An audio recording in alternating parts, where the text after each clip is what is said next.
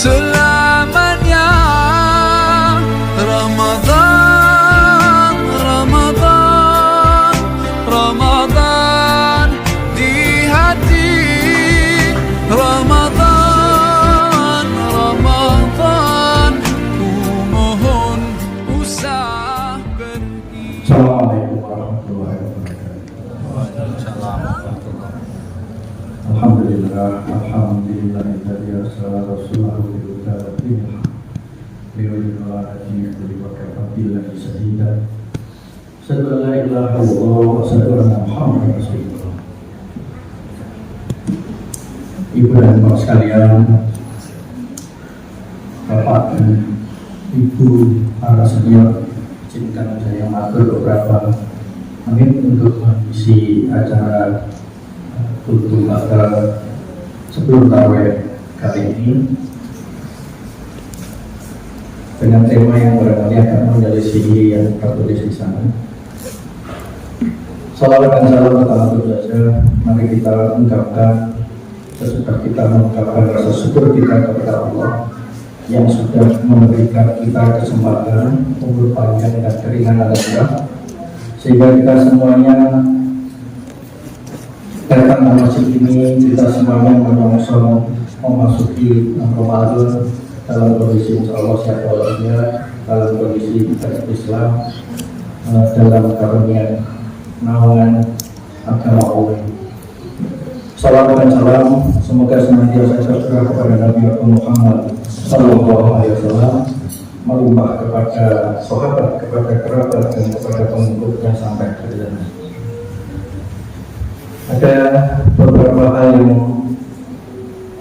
saya kira perlu kita ingatkan lagi dan lagi.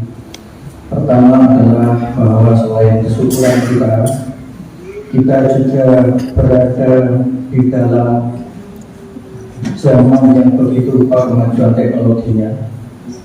Nanti akan saya singgung lagi. Dan kedua, karena kita memasuki masa di mana boleh disebut sebagai waktu-waktu atau masa untuk mengumpulkan sebanyak-banyak pahala, sebanyak-banyak ganjaran dari Allah untuk kita bawa sebagai bekal di hari akhir nanti. Tidak semuanya memiliki keunikan seperti itu.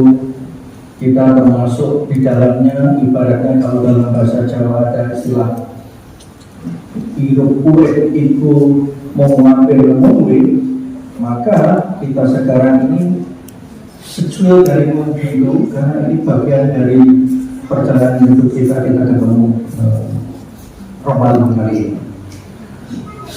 Ketika ganjaran, ketika pahala, ketika Allah memberikan sangat banyak ganjaran kepada kita, inilah saatnya kita mengambil kesempatan itu. Ibaratnya seperti mana kalau kita mampir di rest area, kita mengambil bekal sebanyak-banyaknya Allah.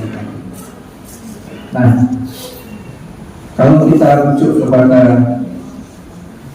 ayat yang sangat populer, surat Al-Baqarah itu, Bismillahirrahmanirrahim. Ya ayyuhalladzina amanu kutiba alaikumusyamu kama kutiba alal ladzina min qablikum la'allakum tattaqun. Kalau kita merujuk pada itu, kita memasuki bulan Ramadan, bulan puasa ini, untuk melakukan 3 kata kunci di sana, memetik 3 kaki yang ada di sana. Pertama, melakukan ibadah puasa Ramadan. Kata kunci berikutnya adalah sebagaimana yang diwajibkan kepada umat-umat sebelum kita, dengan tujuan akhir adalah agar kita bertakwa. Nah, dari 3 kata kunci itu, kita sudah melakukan puasa ini nanti sudah dimulai hari ini, ada yang masih besok. Kemudian kita mengisinya sebagaimana yang dicontohkan oleh Nabi dan kemudian diteladankan oleh para ulama, para pendahulu kita. Salah satunya yang penting dikaitkan dengan waktu adalah mentadabburi Al-Quran.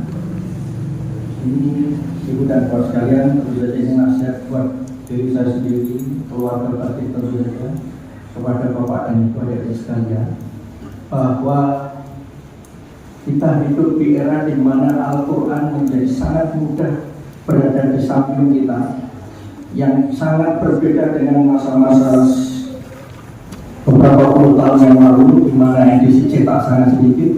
Sekarang ini edisi digital sangat mudah kita unduh di HP kita, dan dengan berbagai ragam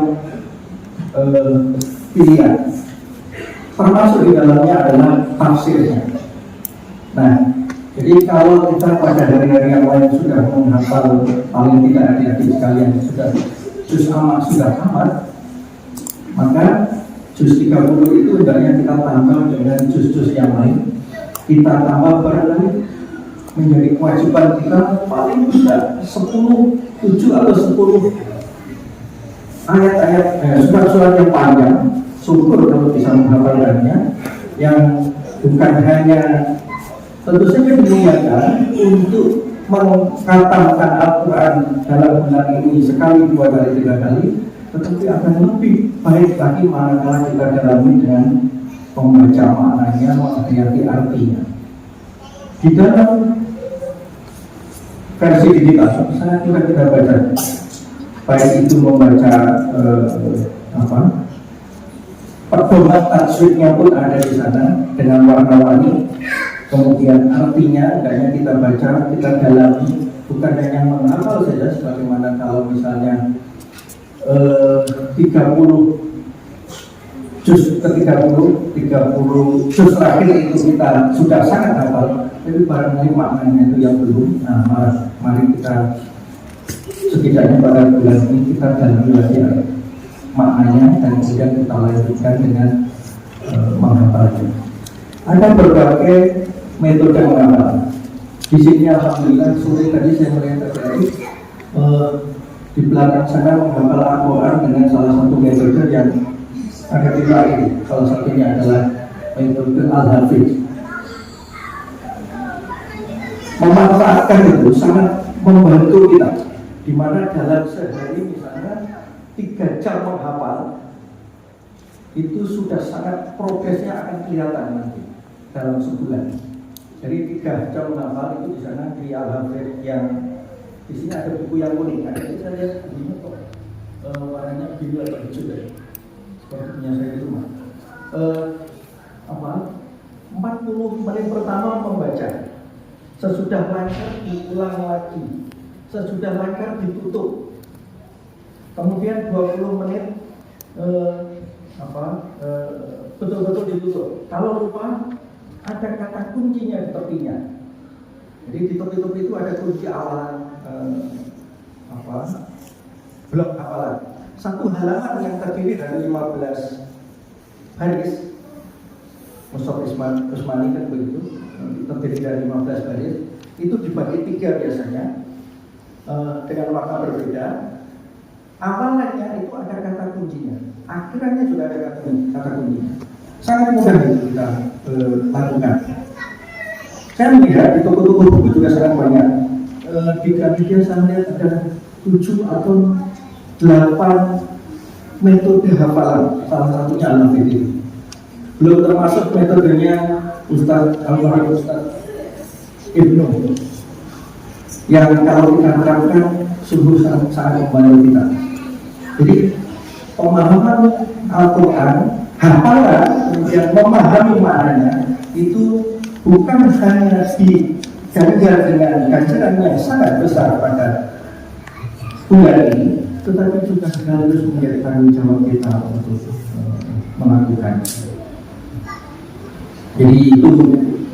Kemudian kalau kita sekadar memang baca arti, barangkali ada salah satu metode yang lain lagi yang kita bisa manfaatkan untuk memahami artinya, yakni dengan membaca berdasar tema. Sebutlah misalnya berdasar tema tentang Nabi. Adik-adik saya kira bisa menggali itu lebih lanjut. Ke 25 nama Nabi itu ada di dalam Al-Quran, dan semuanya di dalam ayat-ayat tertentu kita bisa dalami, kita baca berdasar tema nabi. Ada nabi-nabi yang utama, yaitu misalnya Nuh, Ibrahim, Musa, Isa, dan Muhammad. Itu barangkali kita prioritaskan. Kemudian yang lain kita kemudian akan menjadi tahu bagaimana misalnya para nabi itu sesungguhnya adalah tokoh sejarah, tokoh yang muncul secara fisik, ada hidup di dalam sejarah, bukan karya fisik namanya, bukan tokoh fiksi yang dibuat oleh manusia, tetapi ada sesungguhnya, dan semuanya ada di dalam Al-Quran. Mengembangkan yang kemudian itu dilanjut berdasar tema itu saja sudah sangat membantu kita untuk memahami agama kita. Dan kita akan tahu bahwa betapa perbedaannya agama Islam dengan yang lain. Agama sebutlah misalnya Kristen misalnya, di dalam Injilnya nabi-nabi itu digambarkan sebagai sosok pribadi yang sangat buruk. Jadi misalnya Nabi Daud itu digambarkan bukan hanya pengisah, macam-macam. Hal yang itu tidak ada di dalam Al-Quran. Jadi nabi-nabi itu, ke-25 nabi adalah suri teladan kita. Kita akan menemukan berbagai karakter manusia yang luar biasa pada nabi. Harap yang terus bersamamu.